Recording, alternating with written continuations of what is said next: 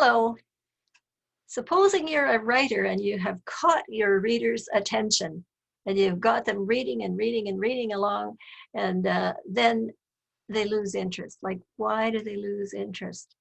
I've sometimes read even a third of a book or even a half of a book and then just somehow lost interest. So there can be a challenge for writers in keeping the reader's attention once you have it. You can't ever really let your guard down. You have to keep on going and trying to keep that attention. This is a workshop by me, Elma Schemenauer. I'm the author of 70 plus books and the editor of many others. Publishing has kind of been my life. I was born on the Saskatchewan prairie and grew up there, so I call myself Elma Mary from the prairie. You can find my website with those words or from the address which is given there. All right, ways of keeping your reader's attention. One, explore your protagonist, that is your main character's needs, wants, and goals. A long time ago, a psychologist named Abraham Maslow set up and developed this hierarchy of needs. And he said that the physiological needs like sleep and food are at the bottom, and they're the most basic. We really need those. And then we start to concern ourselves with safety, a home, and safe society, and that kind of thing. Then as we move up on the hierarchy, love and belonging, we care about that. We want friends. We want to feel secure in our families, or we want families if we don't have them. Esteem, we want to achieve something in our lives. And at the top, he put self-actualization. That is, we want to fulfill our potential, what we were created for. So some people don't agree with this hierarchy of all those needs are certainly valid. We all have those needs. I think we can all agree with that, but some don't. Some psychologists and other social scientists don't agree with the way they're arranged, because they say even a person who is perhaps mostly concerned with physiological needs, maybe it needs food, needs clothes and that kind of thing, but could also be concerned about having esteem, caring about other people, whether other people think about them, and by developing himself or herself in a way that realizes his potential.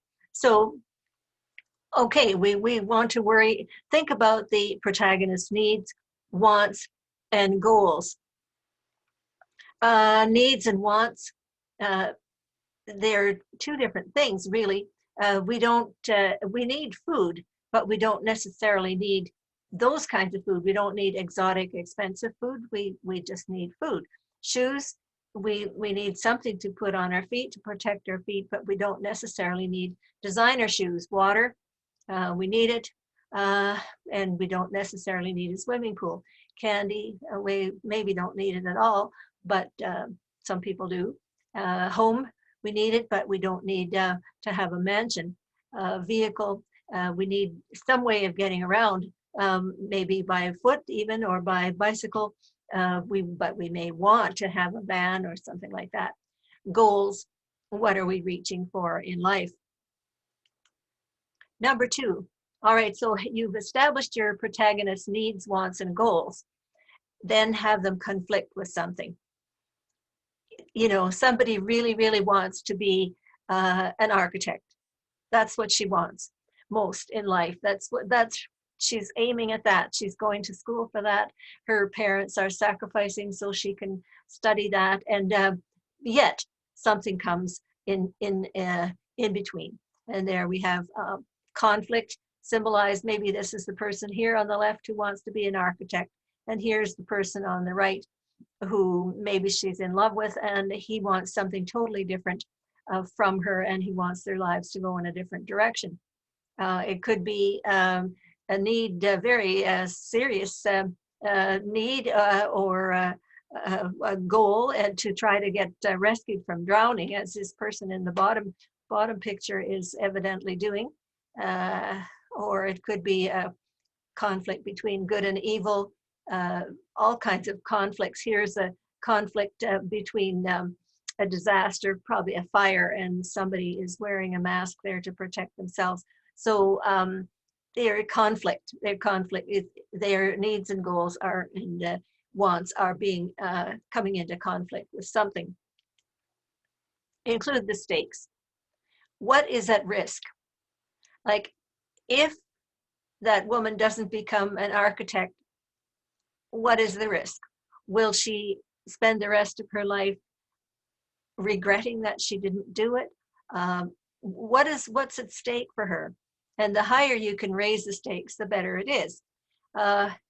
In the top picture there, see a board game where there are certain stakes. If you lose, you go to jail. If you lose, you lose your bank account. Your bank account is frozen or something like that. So there are certain risks. Here at the bottom, we see a picture of somebody who's in quite a risky situation there.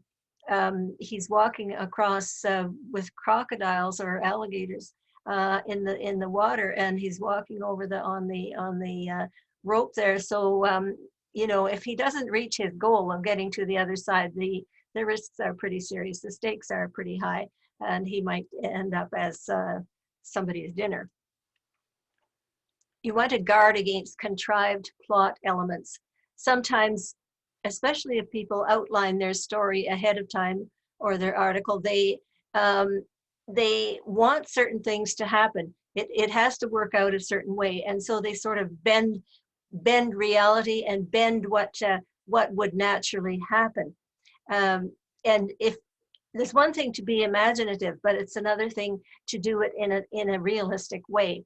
If something feels forced, like this, sorry, I got on the wrong picture there. If this person, if this jigsaw puzzle here, there's something wrong here. We see two versions of this face, and the bottom one is squished in together. And so if something feels forced like that, the readers will balk at it. You can develop it all you want. You can spend hours and hours with description and character development and all that kind of thing. But if there's something wrong with that plot element, if it does not natural, it doesn't seem to follow, then it's not going to work, no matter how well you develop it. Use specific concrete details. They really draw readers in. The appeals to this different senses like sight, hearing, touch, and so forth. And do the research as you need to do it. Even if you're writing about something you know very, very well, you often need to do research. And now it's easy to do research on the internet, and you can also do it in books. For example, if you have something happening in a particular setting and your characters see a bird, and you don't know what kind of bird they might see in that particular setting, find out. And here's a kind of a exotic bird that could be seen by somebody, and people would be probably quite interested in that. Tap into your personal emotions as you write.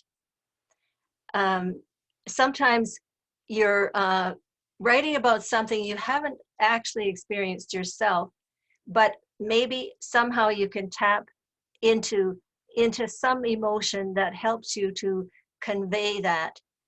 This is the story from my book, Yester Canada, 30 Historical Tales of Mystery and Adventure.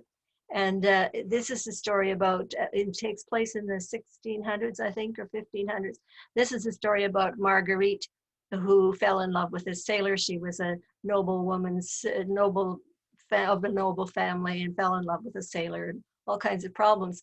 Now, that hasn't happened to me, but maybe if I can tap into something, feeling of being in love, perhaps, and having something come between that, between me and the object of my affection, you somehow tap into something like that, and then you can write it better. You can find ways of tapping into your, just let it go. Sometimes you can just take some paper and just write. Just write either by hand or on a keyboard, and just write. Say, okay, I'm not going to quit until I've written 5 pages, and just write anything. Just write about your emotions, in around what you want to write about. Keep the promises you made in your starter. At the beginning, you have introduced a conflict perhaps between two people like we see here. So you want to develop that conflict. You can't just introduce it and drop it. You have to be responsible in your writing. Otherwise, readers will rebel.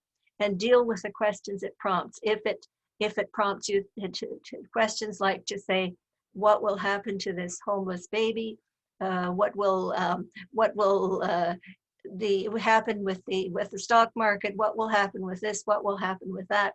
And so if you raise those questions, deal with them. If you're not willing to deal with them, don't raise them, because people will expect that from you. Readers will expect you to deal with what you introduce at the beginning. Okay, now it's your turn. Write a story or article using as many of these ideas as you can. 1, explore needs, wants, or goals of your protagonists. 2, have needs, wants, or goals conflict with someone or something. 3, include stakes. What may happen if needs or wants aren't met or goals aren't reached? 4, guard against contrived plot elements. 5, use specific concrete details. Do research as needed. 6, tap into your personal emotions as you write. Stay in touch with your feelings. If you're writing something like a car manual, there's not maybe you don't have a lot of feelings going on there. You just write it. It goes more or less from your head through your fingers, and that's it. But if you're writing something where emotions are important, like fiction or even an article, often articles deal with matters of emotion, and so you want to stay in touch so that the writing goes from your head to your heart and then through your hands. And number 7, keep the promises you made in your starter. Develop the conflict it introduces and deal with the questions it prompts. Okay, that's been a talk by me, Elma Mary from the Prairie. There's my website.